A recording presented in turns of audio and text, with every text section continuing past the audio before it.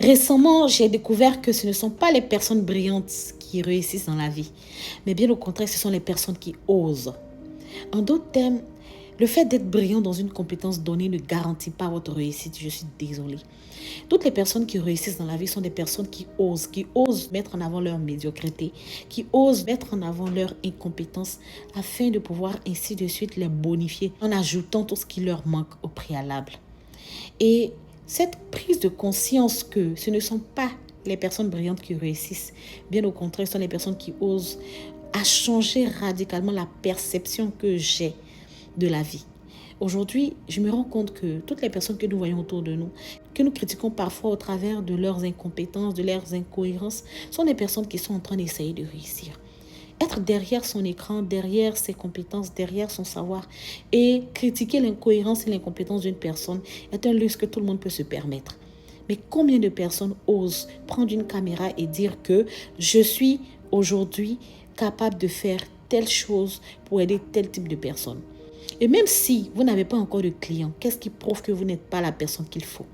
Nous savons tous qu'un arbre, lorsqu'il commence à pousser, est enfoui dans la terre et ses graines vont d'abord pourrir et par la suite sortir et grandir.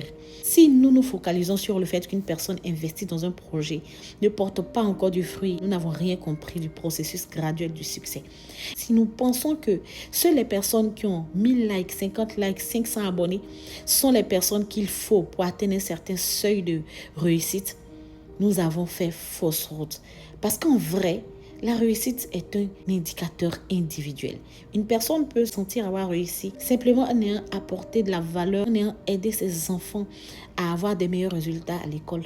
Par contre, une autre personne va considérer son succès comme en ayant obtenu un nouvel emploi, ou une autre personne considérer son succès comme en ayant bâti une maison. Le succès n'est pas un critère défini.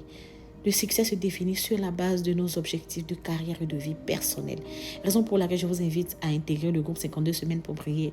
Parce qu'à l'intérieur de ce groupe, chacun se fixe un objectif par rapport à sa vision personnelle, par rapport à ses objectifs personnels. Et nous clôturons l'année en faisant un bilan sur ce que nous avons réellement décidé que nous ferons durant toute l'année pour pouvoir atteindre nos objectifs. Pour certaines personnes qui imaginent et croient que la réussite est une question de chance, d'opportunité, de grâce, j'aimerais que vous compreniez que la réussite est un parcours conscient d'échecs, de frustrations, de douleurs, même de regrets, mais un parcours qui renforce l'intelligence émotionnelle de celui-là qui a pris conscience qu'un jour, les choses ne devraient plus être comme avant.